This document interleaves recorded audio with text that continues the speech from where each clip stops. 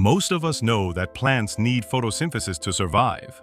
They breathe in CO2 and breathe out O2, the very thing we humans need to stay alive. But here's a cool fact that most people overlook: that CO2 is actually the main food source the plant uses to build its entire body. So, if plants can literally eat air to grow, what's the point of fertilizing them? Is fertilizer really the food we've always thought it was? Let's find out together right now. First off, it's important to remember that plants are autotrophs. This basically means they don't need to consume existing organic matter to survive. Instead, they create their own food from scratch. And that magical process is called photosynthesis. Take a look at those green leaves.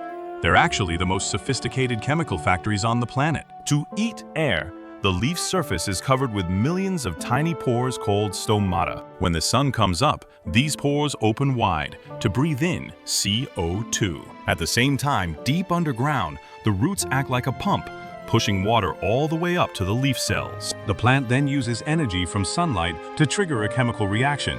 It breaks down water and CO2 molecules, then rearranges and assembles them into a special kind of sugar. This sugar isn't just for energy, it's the plant's primary building material. The plant links millions of these sugar molecules together to form tough cellulose fibers. These fibers are what create the cell walls, the sturdy wood, and the physical shape of the tree that we touch every single day. Because of this, up to 95% of a plant's mass is actually carbon, taken straight from the air. If that's hard to believe, just imagine burning a dry piece of wood.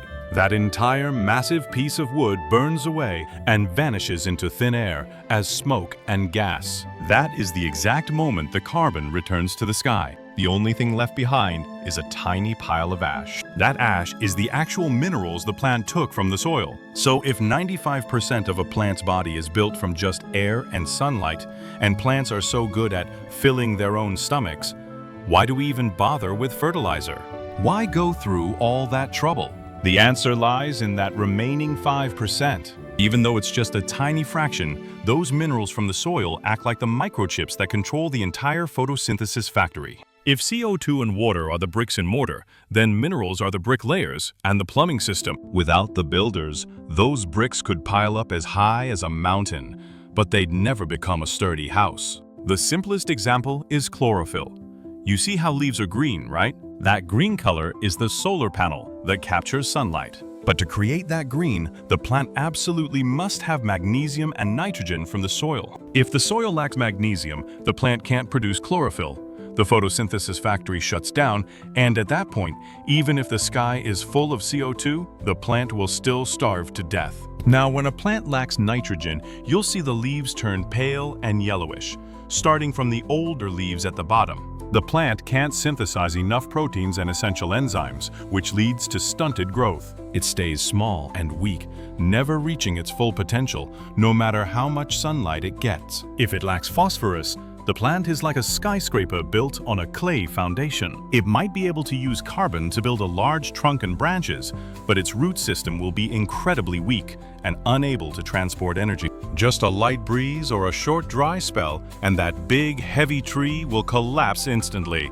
And if there's a potassium deficiency, the plant is like someone who's lost their immune system. You'll see the edges of the leaves looking burnt and curled up, because the plant can no longer control the opening and closing of its stomata. It loses control over water evaporation and becomes completely defenseless against pests and diseases. At this point, many people jump to the quickest fix: dumping chemical fertilizers around the base of the plant. Admittedly, chemical fertilizer acts like a powerful performance-enhancing drug. In just a few days, the plant turns lush and green, looking very healthy.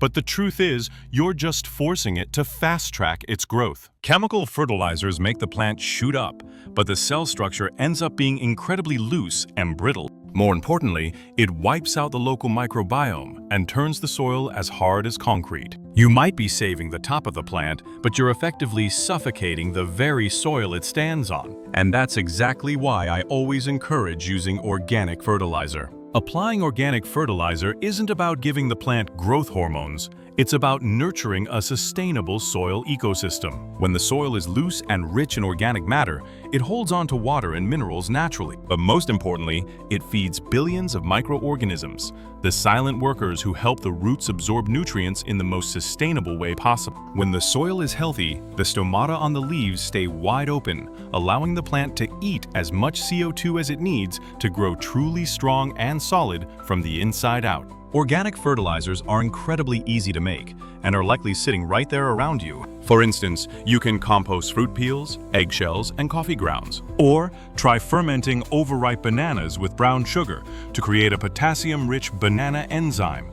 It's amazing for boosting roots and making fruits sweeter. Believe it or not, a highly abundant and totally free source of nitrogen is actually diluted urine. Just mix it with water at a 1:20 ratio and you've got yourself a fantastic liquid gold nitrogen fertilizer without spending a single cent. You could also dive into permaculture. This is a gardening style that lets plants operate according to their true autotrophic nature. We design an ecosystem where different species support each other, removing the need for harsh chemical. I've covered these principles in depth in my previous videos, so definitely check those out. Beyond that, depending on your setup, you might try hydroponics. This is where plants grow without soil, their roots suspended directly in water infused with nutrients. This method gives farmers much better control over the exact minerals the plant receives, ensuring the factory has all the raw materials it needs to photosynthesize at its peak. And let's not forget a traditional yet highly effective method: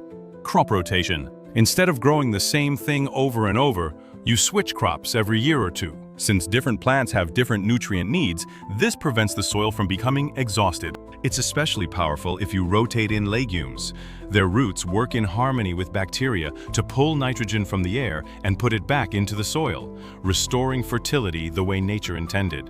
In short, plants grow from the sky, but they stand firm because of the earth. So besides tending to your plants, take the time to care for the very soil beneath your feet. If you found this video helpful, please share it with your friends. And if you have your own unique way of fertilizing or a special organic compost recipe, drop a comment below so we can all learn from each other. Thanks for watching, and I'll see you in the next videos.